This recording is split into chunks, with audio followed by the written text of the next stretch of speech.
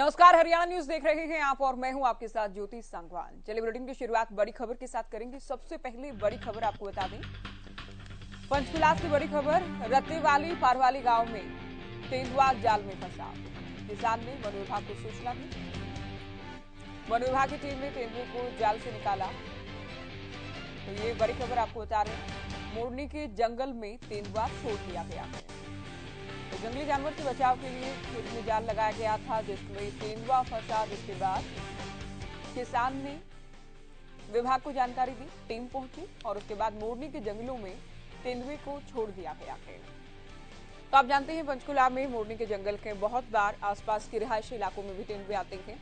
इस बार खेत में तेंदुआ पहुंचा और जाल जंगली जानवरों के लिए किसान ने अपने खेत में बिछाया था, उसमें तेंदुआ फंसा। तस्वीरें आपको दिखा रहे हैं किस तरह से तेंदुए को जाल से निकाला गया और उसके बाद जंगल में छोड़ दिया गया। तो किसान ने वन विभाग को सूचना दी थी, जिसके बाद तेंदुए को जंगल में छोड़ दिया गया है।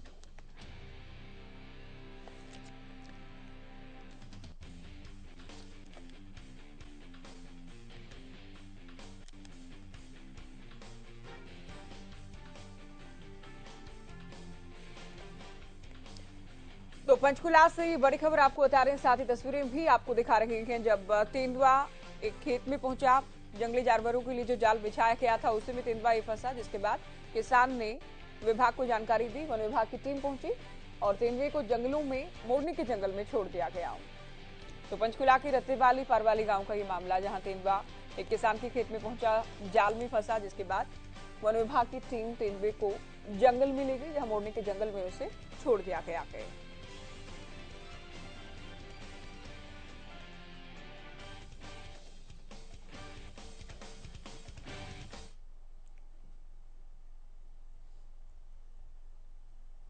वहीं हरियाणा चुनाव आयोग ने हरियाणा में पंचायत चुनाव के तीसरे चरण की तारीखों का ऐलान कर दिया है। हिसार समेत 4 जिलों में जिला परिषद पंचायत समिति सदस्य के लिए 22 नवंबर को मतदान होगा और 25 नवंबर को पंच सरपंच के लिए वोटिंग होगी। हिसार के अलावा फतेहाबाद, फरीदाबाद और पलवल में भी पंचायत चुनाव होंगे। और तो इससे पहले देखिए 2 चरणों के लिए पहले ही ऐलान हो चुका था। अब तीसरे चरण के लिए आज ऐलान कर दिया गया है। राज्य चुनाव आयुक्त धनपत सिंह ने जानकारी दी और बताया गया कि कल इसके लिए नोटिस भी जारी किया जाएगा। 5 नवंबर से लेकर 11 नवंबर तक नामांकन होंगे। 6 और 8 नवंबर को छुट्टी रहेगी। 12 नवंबर को पड़ताल होगी। कैनवसिंग डे 22/11 को जिला परिषद और पंचायत समिति के सदस्यों के लिए चुनाव होंगे इन 4 जिलों में, और 2 दिन छोड़ के फिर 25/11/2022 को सरपंच और पंच के पदों के लिए वोट डाले जाएंगे इन 4 जिलों में। Voting timing of poll same रहेंगे, 7 बजे सुबह से लेकर शाम को 6 बजे तक। रिपोल अगर कोई होगा, जिला परिषद और पंचायत समिति का जो 22 को चुनाव होगा, उनका कोई अगर रिपोल होगा तो पंचायत चुनाव के साथ 25/11 को हो जाएगा। इसी तरह से अगर कोई पंचायतों का रिपोल हुआ वो 27/11 को होगा। गिनती जो पंचायत में ग्राम पंचायतों के लिए जो पंच सरपंच की है वो 25 को ही हो जाएगी। रिपोल कोई हुआ उनकी 27 को हो जाएगी। और जो बाकी के भी पहले और दूसरे राउंड की जो गिनती रुकी हुई थी, जिला परिषद की रुकी हुई होगी तब तक, और पंचायत समितियों के सदस्यों की 22 जिला परिषद इन चारों को मिला के और 143 पंचायत समितियों की, वो 27/11 को होगी। संडे को 11/2022 को जिला परिषद और पंचायत समितियों के लिए वोट डाले जाएंगे सदस्यों के लिए, और 25/11/2022 को ग्राम पंचायतों के लिए पंच सरपंच के पदों के लिए वोट डाले जाएंगे। टाइमिंग रहेंगे सुबह 7 बजे से शाम 6 बजे तक। रिपोल अगर कोई जिला परिषद पंचायत समिति का हुआ वो 25/11 को होगा, और पंचायतों का कोई रिपोल हुआ तो 27/11 को होगा। और 27/11 को ही सभी 22 के 22 जिला परिषद और 143 पंचायत समितियों का जो मतगणना वोटों की हो जाएगी। जो पहले रखे हुए होंगे 18 जिलों के वो भी, और इन चारों के कोड ऑफ कंडक्ट इन 4 जिलों में भी अब से लागू हो जाएगा और कल से नोटिफिकेशन होके 5/11 से नॉमिनेशन आने शुरू हो जाएंगे। 11/11 तक नॉमिनेशन लिए जाएंगे और 12/11 को स्क्रूटनी होगी। 14/11 को विड्रॉल 3 बजे तक हो सकेंगे। 14/11 को 3 बजे के बाद फाइनल लिस्ट ड्रॉ होने के बाद सिंबल्स अलॉट होंगे। शिकायत है कुछ तो ऐसे कोई स्टाफ मान लो वहीं पे पोस्टेड है और किसी की भाभी लड़ रही है, किसी का भाई लड़ रहा है, किसी की माँ लड़ रही है, तो उसको उस वार्ड से बदलने की या जिले से बदलने की। इसी तरह कोई SHO है मान लो उसी जिले का है, तो जो डायरेक्ट तो फैमिली मेंबर अगर है, खुद की वाइफ या माँ पिताजी या बेटा बेटी लड़ रहा है, फिर तो डायरेक्ट एक्शन हो जाती है। अगर परिवार से कोई और है वो फैमिली की डेफिनेशन में नहीं आता, लेकिन फिर भी उस पर नजर बनाए रखने के लिए DC SP को कहा जाता है। इस तरह की शिकायतें आई हैं। एक आधी जगह ये थी कि जी हमारा बूथ था और इस बार क्योंकि हमने 1000 वोटों पे एक बूथ बनाया है कि जी हमारा बूथ तोड़ दिया, दूसरे गांव में शिफ्ट कर दिया, तो जहां कहीं जेन्युइन लगा तो उसको रिकंसिडर कर लिया। लगभग 2016 में 64.3 यानी 64.3% पंच जो है सर्वसम्मति से चुने गए थे। इस बार पहले फेज में 66.1। तो ये अभी इंडिकेटिव है क्योंकि अभी पूरे स्टेट में क्या रीजन टू रीजन वेरी कर सकता है। सरपंच लास्ट ईयर पूरे स्टेट में लास्ट टाइम जो 2016 में चुनाव हुए थे 4.4 यानी 4.4% अनअपोज थे। इस बार पहले फेज में 9 जिलों में 5.1 है जिनके सिंगल नॉमिनेशन आए हैं। पंचायत समितियों में इसी प्रकार 3.9% अनअपोज थे 2016 में। इस बार 4.4% पहले 9 जिलों में है। जिला परिषद में पिछली बार 0.5% थे, इस बार कोई अनअपोज नहीं है। वहीं देश की आंतरिक सुरक्षा को लेकर फरीदाबाद के सूरजकुंड में केंद्रीय गृह मंत्री अमित शाह की अध्यक्षता में 2 दिन का चिंतन शिविर लगाया गया। देश के तमाम राज्यों के गृह मंत्री और DGP साथ ही गृह सचिव इस शिविर में मौजूद रखी सुरक्षा व्यवस्था को लेकर चिंतन किया गया। चिंतन शिविर के दूसरे दिन PM ने भी वर्चुअली संबोधित किया। उन्होंने केंद्र और राज्यों के बीच समन्वय की बात भी इस दौरान कही है। फरीदाबाद में 2 दिवसीय चिंतन शिविर का आयोजन किया गया है, जिसकी अध्यक्षता खुद गृह मंत्री अमित शाह कर रहे हैं और तमाम जो राज्यों के मुख्यमंत्री और गृह मंत्री यहाँ पर मौजूद हैं, साथ ही गृह सचिव भी मौजूद हैं, तमाम बड़े अधिकारी मौजूद हैं। आप देख सकते हैं हम वहाँ खड़े हैं जहाँ से आम जो लोग हैं उनका आना जाना बिल्कुल पूरी तरह से बंद है। केवल वही लोग जा सकते हैं जिनके पास पहले से बने हुए हैं, वो उन लोगों की यहाँ एंट्री और तमाम जो सुरक्षा व्यवस्था पूरी तरह से चाक चौबंद आपको दिखाई देगी। कहीं कोई व्यक्ति अंदर जाने वाला है तो उसको पूरी तरह से यहाँ पर चेक किया जाता है, उसके बाद ही अंदर उसकी एंट्री की जाती है। तमाम आंतरिक जो देश की आंतरिक सुरक्षा है उसको लेकर लगातार यहाँ पर कल से ही चिंतन शिविर चल रहा है। और आज की बात करें तो आज नरेंद्र मोदी देश के प्रधानमंत्री, उन्होंने भी ऑनलाइन अपना संबोधन यहाँ चिंतन शिविर में दिया। और साफ तौर पर कहें तो जो चाहे नशा तस्करी हो या इसके अलावा महिलाओं की सुरक्षा से जुड़ा हुआ सवाल हो, उन तमाम विषयों पर यहाँ विस्तृत जो है चर्चा की जा रही है। और तमाम जो राज्य हैं उनका आपस में आपसी तालमेल, अधिकारियों का किस तरीके से और बेहतर बनाया जाए, उसको लेकर यहाँ पर लगातार चिंतन शिविर जारी है। तो कहीं ना कहीं जिस तरीके से चिंतन शिविर में तमाम जो राज्यों के मुख्यमंत्री हैं, कईयों के पास जिनके पास गृह मंत्री का भी प्रभार है, तो वो लोग भी यहाँ शामिल हुए, चाहे मुख्यमंत्री आदित्यनाथ योगी हों या भगवंत मान हो या इसके अलावा और कई मुख्यमंत्री भी यहाँ जो है पहुंचे हैं। तो कहीं ना कहीं लगातार इस बात को लेकर यहाँ पर चिंतन किया जा रहा है कि देश को किस तरीके से सुरक्षित किया जाए, महिलाओं को किस तरीके से अच्छा माहौल सरकार दे पाएगी। और साथ ही कहें तो आने वाले समय में इसका बड़ा बदलाव भी देखने को मिलेगा। जिस तरीके से चिंतन शिविर में तमाम तरह की बातें जो कही जा रही हैं, उनको देखते हुए आगामी समय में देश में एक बड़ा बदलाव देखने को मिल सकता है। हालांकि लगातार सरकार की कवायद है कि लोगों को अच्छा माहौल जो मिल सके, उसको लेकर ये चिंतन शिविर का आयोजन यहाँ पर किया गया है। फरीदाबाद से हरियाणा न्यूज के लिए राजेंद्र दहिया।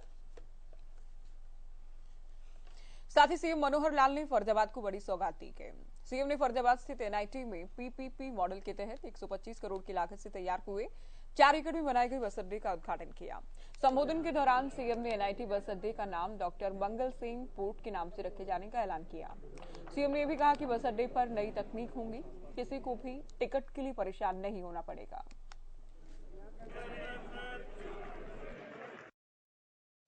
ये जो एनआईटी का बस स्टैंड जिसके नाम से बुलाया गया था, लेकिन उसमें जो फंडामेंटल चेंजेस दो मैंने की हैं, एक तो इसका नाम डॉक्टर मंगल सेन जी के नाम पर रखा गया है, दूसरा इसको बस स्टैंड की बजाय बस पोर्ट कहा जाएगा। तो ये दो बातें जरूर आपको जो उल्लेखनीय हैं, जो आपको बताने के लिए ये हमने बताई है। से न केवल हरियाणा में बल्कि बाहर के प्रदेशों में हरियाणा रोडवेज की सेवा को एक बहुत अच्छी सेवा मानी जाती है। अगर दो रोडवेज की प्रदेशों की अलग अलग बसें हों तो सबसे पहले हरियाणा रोडवेज की बसों में ही लोग बैठते हैं। इसलिए मैं हरियाणा रोडवेज के जो कर्मचारी हैं, रोडवेज के जितने अधिकारी हैं उस डिपार्टमेंट के, उन सबको बहुत बहुत बधाई और शुभकामनाएं देता हूं। इसी प्रकार की सेवाएं अपनी बना करके रखें। ठीक है कि पिछले अगर 5 वर्ष का हम हिसाब किताब लगाते हैं तो 2 वर्ष कोविड के ये हमारे लिए बहुत तकलीफ के रहे हैं। इसमें हमारे रोडवेज का इनकम कम हुई, घाटा ज़्यादा हो गया।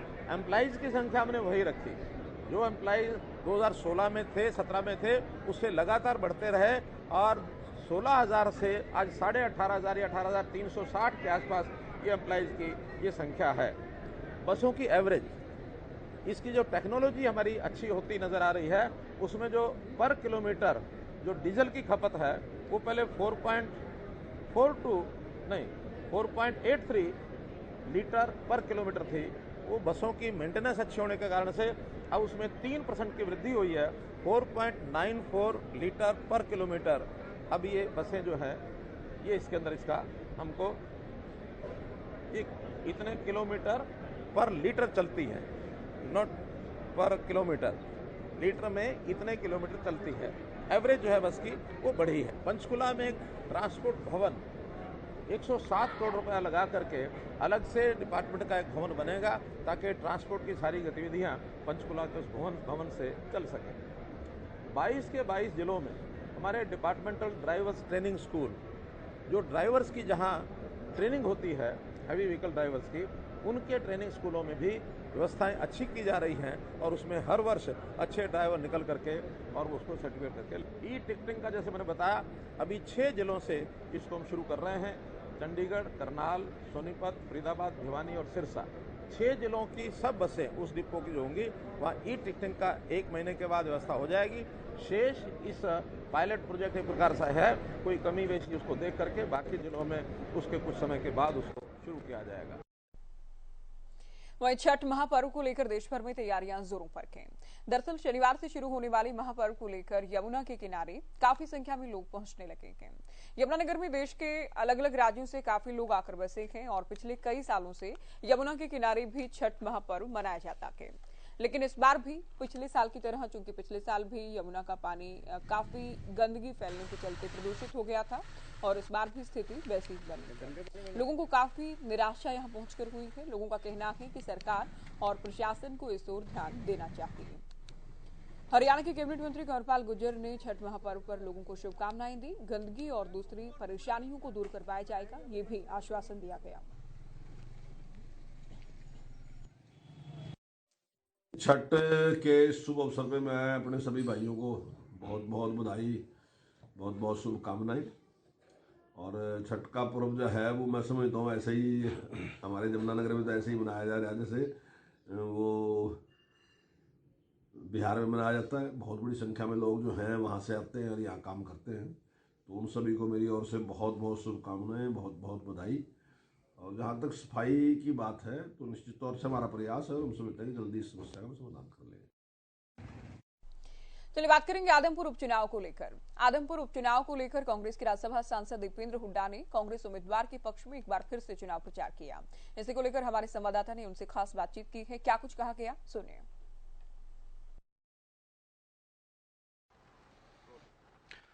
आदमपुर का महासंग्राम जारी है। आदमपुर को चौथे उपचुनाव की जरूरत क्यों पड़ी, क्यों आदमपुर के लोग 26 साल से विपक्ष की जो भूमिका है वो निभा रहे हैं, इन तमाम सवालों पर चर्चा करने के लिए मेरे साथ राज्यसभा सांसद दीपेंद्र हुड्डा साहब मौजूद हैं। हुड्डा साहब, सबसे पहले हरियाणा न्यूज पे आपका स्वागत। धन्यवाद। सबसे पहले सवाल तो यही रहेगा सर, आदमपुर को उपचुनाव की जरूरत क्यों पड़ी? आदमपुर में जो यहाँ से हमारे विधायक रहे हैं कुलदीप बिश्नोई जी, उन्होंने बार बार पार्टी बदलने का काम किया। वो अपने निहित राजनीतिक स्वार्थ की वजह से पार्टियाँ बदलते हैं और जिस रूप में वो फैसले लेते हैं, वो मैं समझता हूँ कि किसी दृढ़ता से आज ये कहने में असमर्थ हैं कि वो कौन सी पार्टी अच्छी है। 3 महीने पहले तक उनको कांग्रेस अच्छी लगती थी और क्या लगता था बीजेपी ने हरियाणा का भट्टा बिठा दिया। उससे 3 साल पहले तक उनको लगती थी कि वे बीजेपी अच्छी है और कांग्रेस ने भट्टा बिठा दिया। उससे 4 साल पहले उनको लगता था कांग्रेस अच्छी है और वो कांग्रेस पार्टी में थे। तो वो इतनी पार्टियां बदल चुके हैं और वो अपने राजनीतिक स्वार्थ के, आदमपुर के लोगों को क्या लाभ मिला इतनी पार्टियां बदलने से? आज आदमपुर की दुर्दशा जो है वो इसीलिए है क्योंकि वो कहीं स्थायित्व से राजनीति उन्होंने करी नहीं। तो लोग इससे त्रस्त है और लोग वोट की चोट से बदलाव चाहते हैं आदमपुर में। वो तो ये भी कह रहे हैं कि कांग्रेस पार्टी ने उनको जो मान सम्मान की जो बात कही थी, मान सम्मान मिलेगा, वो मान सम्मान नहीं दिया।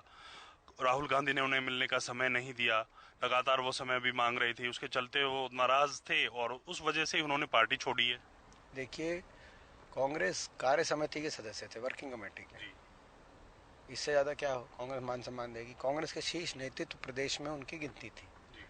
कांग्रेस ने उनको पूरा मान सम्मान दिया। भाजपा में क्या मान सम्मान मिला? कांग्रेस में वो जो है कभी सीएम पर के दावेदार रहते थे, कभी कांग्रेस में उनके भाई चंद्र मोहन जी डिप्टी सीएम बने थे। अब बीजेपी में क्या मिल रहा है उनको? सीएम खट्टर साहब हैं, डिप्टी सीएम दुष्यंत चौटाला है, सारा मंत्रिमंडल बटा हुआ है। आदमपुर की जो लिस्ट आई स्टार प्रचारकों की, उसमें 32वें नंबर पे कुलदीप बिश्नोई जी आए। तो बीजेपी में कौन सा क्या मान सम्मान? इससे ज़्यादा मैं समझता हूँ कि राजनीतिक जो है ये बेवकूफ़ी होगी कि उन्होंने कांग्रेस में जो इतना मान सम्मान मिल रहा था उसको वो समझ नहीं पाए और भाजपा के अंदर क्या उनको मिलेगा, ये आज प्रश्न चिन्ह है। कहीं ना कहीं अगर बात की जाए, वो ये लगातार ये कह रहे हैं कि भव्य आदमपुर को संभालेगा और वो केंद्र की राजनीति करेंगे। राजस्थान बेसिकली वो जाना चाहते हैं। बिश्नोई बाहुल्य क्षेत्र है, बीजेपी भी उनकी वहां ड्यूटी लगाने की जो बात है वो निकल करके सामने आ रही है। तो आपको क्या लगता है कि केंद्र की राजनीति में अपने आप को स्थापित कर पाएंगे कुलदीप बिश्नोई? देखिए, मेरे को अभी कोई व्यक्तिगत उनके बारे में उनकी क्या रहेगी उस बारे में मैं ज़्यादा टिप्पणी नहीं करना आता उससे, मगर आज के दिन जो उनके फैसले रहे हैं उससे वो खुद भी स्वयं भी राजनीतिक रूप से कमज़ोर हुए और आदमपुर का विधानसभा क्षेत्र भी विकास के मामले में पिछड़ा है। विकास की अगर बात की जाए, आप भी विकास की बात करें, विकास पर चर्चा कर लेते हैं। विकास की अगर बात की जाए तो पिछले 2.5 महीने में 530 करोड़ रुपए का जो काम है वो करवाने की बात जो है कुलदीप बिश्नोई कर रहे हैं और वो ये भी दावा कर रहे हैं कि अगर आदमपुर सत्ता में आता है तो आने वाले 2 साल में विकास की बौछार जो है आदमपुर में आने वाली है। देखिए, कोई विकास कार्य तो आदमपुर में धरातल पे आपको दिखाई नहीं देगा। आज आदमपुर की दुर्दशा, आप सड़क में गड्ढे नहीं, गड्ढों में सड़क दिखाई देंगी। मंडी में परिस्थिति है, धूल और मिट्टी उड़ती दिखाई देगी, मंडी में परिस्थिति है। स्कूल बंद होते दिखाई देंगे। आदमपुर के बहुत से गांव में बच्चे, गरीब आदमी का बच्चा स्कूल के आगे धरने में बैठा है कि मेरे स्कूल को बंद मत करो। किसान धरने में बैठा है 4-4 महीने तक कि हमें मुआवजा मिले। ये स्थिति हो गई है। सर, बातचीत करने के लिए तो ये थे सांसद दीपेंद्र हुड्डा, जिनका साफ तौर पर कहना है कि दोनों ही पलड़ों को तराजू में तोला जाएगा। आदमपुर के लोग हैं, भारतीय जनता पार्टी के कामों को भी तोलेंगे और कांग्रेस के भी कामों को तोलेंगे। उसके बाद अपना निर्णायक जो फैसला है वो लेंगे और इस फैसले में कहीं ना कहीं कांग्रेस की जीत उनको नजर आ रही है। कैमरामैन राजेश के साथ मैं रवि कालीरमन, हरियाणा न्यूज, आदमपुर। चलिए बात करेंगे यमुनानगर की, जहां मां की ममता को शर्मसार करने वाला मामला सामने आया। जहां एक कलयुगी मां अपने 1 महीने के नवजात को कैल हाईवे के पास छोड़कर चली गई। जानकारी के अनुसार किसी राहगीर ने नवजात के रोने की आवाज को सुना। इसकी सूचना पुलिस को दी गई। पुलिस मौके पर पहुंची। नवजात को सिविल अस्पताल में उपचार के लिए भर्ती कराया गया। चाइल्ड लाइन की टीम भी मौके पर पहुंची और उपचार करने वाले डॉक्टर से बातचीत की गई। पूरी स्थिति को समझा गया। फिलहाल नवजात की हालत गंभीर बताई जा रही है, लेकिन बच्चे की पहली सर्जरी हुई है और अभी भी मल्टीपल सर्जरी की बात कही जा रही है, जिसके चलते नवजात को पीजीआई रेफर किया जाएगा। पुलिस ने मामले की जांच शुरू कर दी है। 1 महीने का है, उसकी सर्जरी हुई है, जिसका स्टूल पैसेज प्रॉपर नहीं है एंड उसके लिए सर्जरी की हुई है, सुपरिटेंडेंट साइन बताई हुई है। मुझे तो कल शाम को करीब 8 बजे के करीब सदर SHO कुसुम जी का फ़ोन आया कि इसी तरह से एक लावारिस बच्चा मिला है, आप मैडम जल्दी आ जाइए, मैं जगाधरी से निकू सेंटर में लेके आ रही हूँ। जगाधरी निकू सेंटर में जब हमने डॉक्टर से बात किया, उन्होंने कहा कि शायद यहाँ हम इसको मैनेज नहीं कर पाएंगे क्योंकि उसका पूरा वूंड ओपन है, इंटेस्टाइन बाहर है। तो फिर उसको रात में ही हम लोगों ने यहाँ शिफ्ट किया यमुनानगर निकू सेंटर में। अभी भी डॉक्टर्स ने ट्रीटमेंट शुरू कर दिया कि उसका इन्फेक्शन नहीं हो या जो भी करना है, बट मुझे लगता है कि CWC के ऑर्डर के बाद इसको बच्चे को शिफ्ट करना पड़ेगा चंडीगढ़ में या किसी प्रॉपर उसके लिए, क्योंकि यहाँ पीडियाट्रिक सर्जन अवेलेबल नहीं होगा या उसकी पूरी टीम चाहिए जो भी इस बच्चे के साथ प्रॉब्लम है। तो मुझे लगता है कि शायद पेरेंट्स ने वो नहीं अफोर्ड कर सकते होंगे या ऐसे कोई स्थिति होगी कि उनका लगा होगा कि मल्टीपल सर्जरीज करानी पड़ेंगी, किस लिए उन्होंने किस मजबूरी में छोड़ा है नहीं कह सकते हम। साथ ही यमुनानगर में SC BC के छात्रों को स्कॉलरशिप से जुड़ी आर्थिक परेशानी को लेकर छात्र जिला सचिवालय के सामने इकट्ठा हुए नारेबाजी की गई।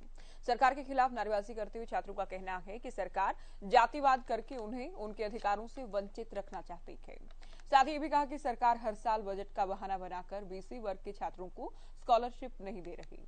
इस साल तो फैमिली ID में आय से अधिक का प्रमाण पत्र बनाकर सरकार जानबूझकर छात्रों को स्कॉलरशिप से वंचित रखना चाहती है, जिसके चलते 30% छात्रों को PP पोस्टल में बार-बार दस्तावेज देने पर भी एक्टिव नहीं किया जा रहा।